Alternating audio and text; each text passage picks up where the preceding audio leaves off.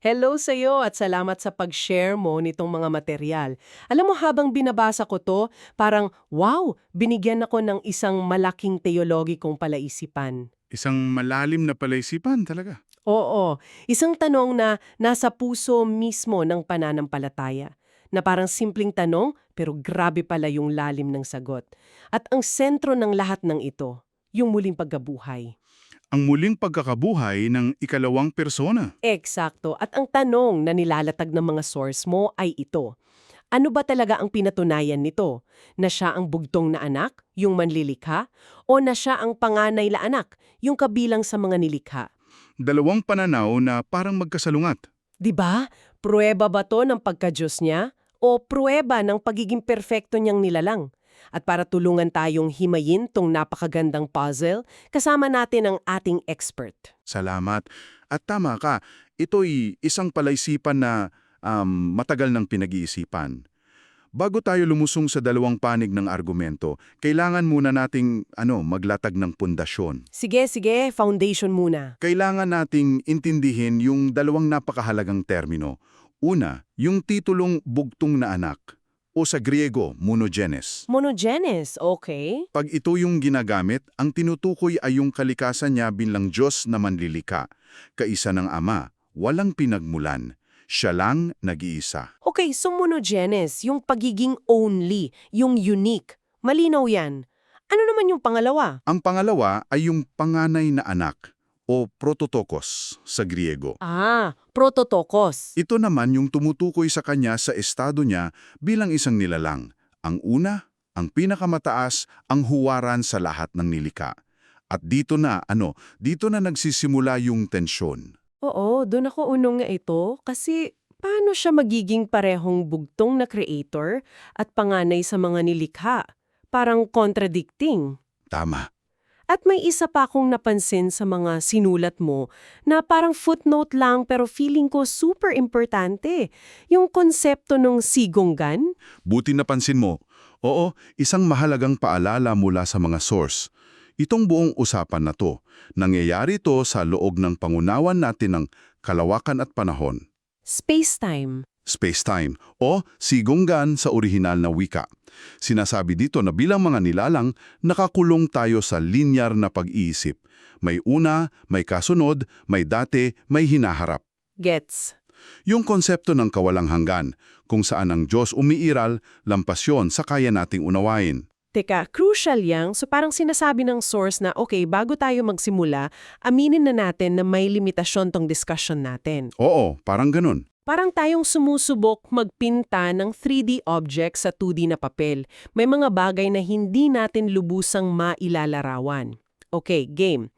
Armed with that knowledge, simulan na nating himayin. Unahin natin yung unang pananaw. Sige. Na ang muling pagkakabuhay ay patunay na siya ang panganay na anak, ang huwaran ng lahat. Sige. Ang lohika ng pananaw na ito ay nakasentro sa ideya ng pagiging ehemplo.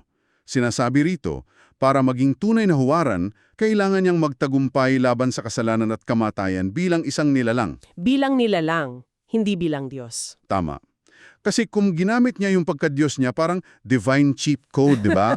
Oo, parang nandaya siya. Walang saysay yun para sa atin. Paano natin tutularan ang isang bagay na imposible para sa atin? Tandaan, yung mga mananampalataya, magiging ampong anak sila, pero hindi sila magiging Diyos. Yung pioneer niya, kailangan pareho kami ng level, kailangan niyang maranasan at pagtagumpayan yung laban sa level ng isang nilalang. Tumpak at idinidiin pa sa source yung kapangyarihang ginamit niya para magawa ito, kapangyarihan ng banal na espiritu. At ito yung connection. Yun yung link. Ito ang parehong kapangyarihan na ipinapangako at ibinibigay sa mga mananampalataya. Kaya sa pananaw na to, siya ang prototype. Ang original model. Ang orihinal at perpektong modelo ng sangkatauhan.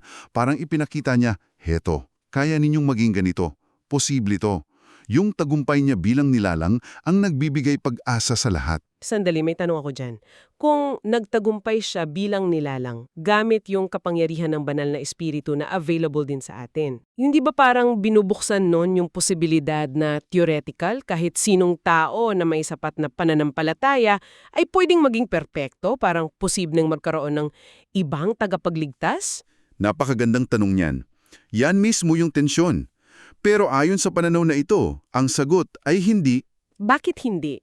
Dahil bagamat ginawa niya to bilang nilalang, siya ang unang nakagawa nito. Siya yung nagbukas ng daan. Bago siya, sarado yung pinto. Ang pagiging una niya, ang pagiging prototokos niya, yun ang nagpapatunay na special siya. Okay, siya yung original, tayo mga kopya lang na sumusunod. Okay, sige, malinaw yung lohika ng pagiging huwaran. Ngayon, puntahan natin yung kabilang panig na sa tingin ko mas misteryoso. Ang kabilang panig, oo. Yung pananaw na ang muling pagkakabuhay ay sukdulang patunay ng pagiging bugtong na anak na manlilikha. Paano naman yan? Dito pumapasok yung konsepto ng prerequisite, yung ano ba yung kailangan bago mangyari ang isang bagay. Ang argumento rito nakasentro sa tanong na, sino ba ang may kakayahang unang muling mabuhay? Sinong pwedeng mauna? Oo, kasi ayon sa pananaw na to, may isang fundamental na rule para sa lahat ng nilalang. Kailangan muna nilang maranasan, maunawaan at tanggapin ang pag-ibig ng Diyos bago sila magkaroon ng lakas na talunin ng kasalanan. Parang kailangan mo munang maramdamang mahal ka bago ka matutong magmahal pabalik. Ganun ba yun? Ganun na nga. At ayon sa teolohiya dito sa mga source, ang sukdulang pagpapakita ng pag-ibig na yon ay yung krus. Sa krus, okay? Sa krus, ipinakita ng Diyos ang pagmamahal niya.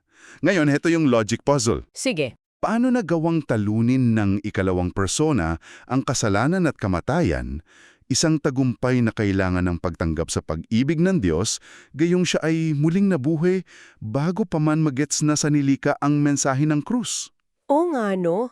Ang tanging konklusyon ng pananaw na to, dahil hindi siya saklaw ng patakaran, hindi niya kailangang tanggapin yung pag-ibig, siya yung source ng pag-ibig, kaya siya mismo ang Diyos. Wow, okay. Hinga muna tayo dyan. Sobrang lalim nun. So, ang pinaka-critical na ebidensya pala ay yung timing. Ang timing, eksakto. Hindi lang na nabuhay siya muli, kundi kailan siya nabuhay muli. Yung pagiging una niya, na wala pang naunang modelo, wala pang krus na paghuhugutan ng lakas, yun ang argumento. Eksakto. Naglalabas ito ng tanong na hindi masagot ng unang pananaw. Paano magtatagumpay ang isang nilalang kung hindi pa niya natatanggap yung biyaya ng galing sa krus? Ayon sa panig na to, imposible. Kaya ang tanging makakagawa nun, ang tanging makakaskip sa prosesong yun, ay ang Diyos mismo. Siya ang may akda ng rules, kaya hindi siya saklaw nito. Okay, ngayon talagang nararamdaman ko na yung palaisipan. Kasi parehong ang ganda ng mga argumento. Sa isang banda, kailangan niyang maging nilalang para maging makabuluhan ang example niya. Sa kabilang banda, kailangan niyang maging Diyos para maging posible yung pagiging unang example. Para silang magkaaway. Paano ngayon pinag-uugnay ito ng mga source mo? Dito napapasok yung pinakamagandang aha moment. Hindi sila itinuturo na magkaaway. Sa halip, ang isa ay resulta ng isa. Ang solusyon ay hindi either or, kundi both end. Both end, okay. Kamatayan at muling pagkabuhay niya bilang nilalang, siya ay naging panganay na anak.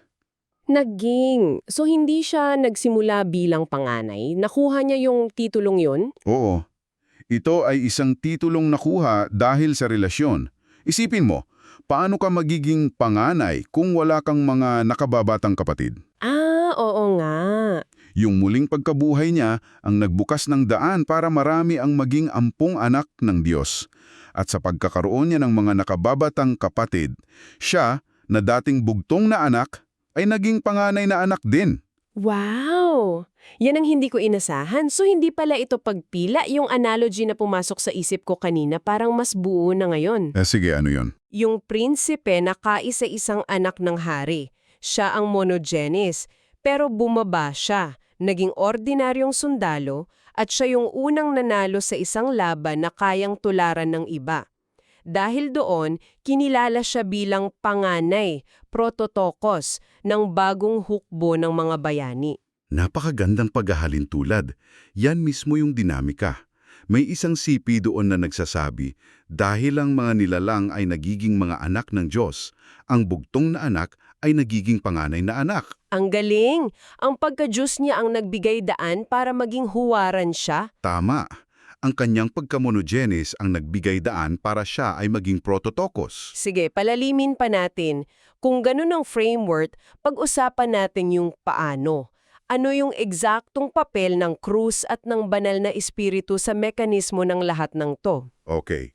Ayon sa mga teksto, may malinaw na pagkakaiba sa proseso para sa kanya at para sa atin.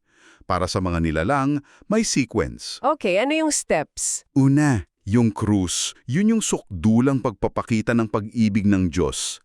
Yun yung nagpe-perfecto sa free will ng isang nilalang para piliin ng Diyos. Step 1, love. Pangalawa, dahil sa pag-ibig na yon, nagsisisi yung nilalang at tumatanggap ng kapatawaran sa pamamagitan ng dugo niya.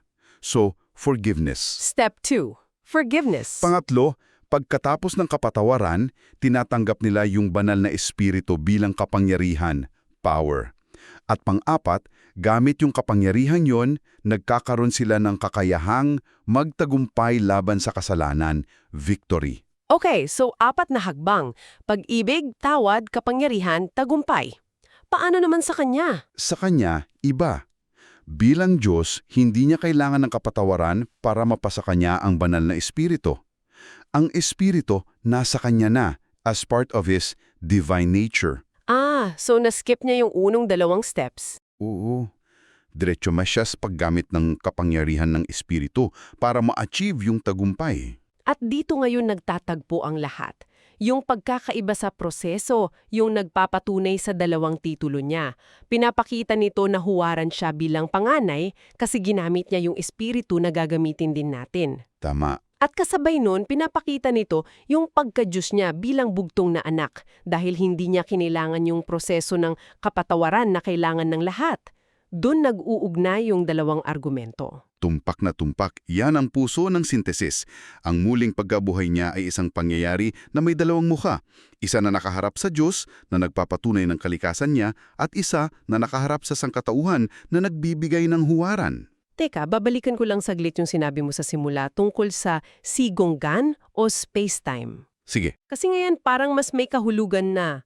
Kung yung buong konsepto natin ng pagiging una o panganay ay nakabase sa linear na oras, pero ang Diyos ay nasa labas nito, hindi ba't posible na mula sa pananaw ng kawalang hanggan, walang dati at pagkatapos? Isang napakalalim na punto. Na yung pagiging bugtong at panganay niya ay iisang katotohanan lang na sabay nangyayari at tayo lang, dahil sa limitasyon natin, ang nakakakita nito bilang 2 magkaibang titulo. At oo, bagamat hindi direktang sinasabi sa mga source, yan ang logical implication. Mula sa ating pananaw, may proseso ng pagiging. Siya ay bugtong na naging panganay. Pero mula sa pananaw ng Diyos, posible na 2 panig lang yan ng iisang walang hanggang katotohanan. Isang misteryo na sinusubukan lang nating unawain. Grabe talagang isang napakalalim na paglalakbay sa teolohiya to. Nagsimula tayo sa isang tanong na may 2 magkasalungat na sagot. Oo, parang isang debate. Tiningnan natin ang muling pagkakabuhay bilang sukdulang pakikiisa, ang panganay na anak, at tiningnan din natin ito bilang sukdulang patunay ng pagkadiyos, ang bugtong na anak. At sa huli, nakita natin na ang sagot ay hindi pagpili, kundi pag-unawa kung paano siya ay pareho. Ang ganda ng pagkakabalangkas nun. Ang layunin ay hindi paghiwalayin, kundi ipakita kung paano ang pagkadyos niya, yung pagiging monogenes, ay nagsilbi sa misyon niyang maging horan, ang protokokos. Siya ang bugtong na anak na nagpakumbaba para maging panganay, para ang marami ay maging mga anak din. At nag-iiwan ang mga source ng isang huling palaisipan para sa'yo na sa tingin ko ay magandang baunin. Ano yon? Kung ang layunin ng lahat ng ito ay ang gawing perpekto ang mga nilalang ayon sa larawan ng Diyos, ano ang ipinahihiwatig nito tungkol sa tunay na kalikasan ng larawang iyon? Kung kinailangan mismo ng Diyos na maging isang nilalang para lang maipakita sa atin ang daan. Isang bagay na maari mong pag-isipan. Siguro yung pagiging kawangis ng Diyos ay hindi lang tungkol sa kapangyarihan, kundi tungkol din sa pag-ibig na handang magpakumbaba.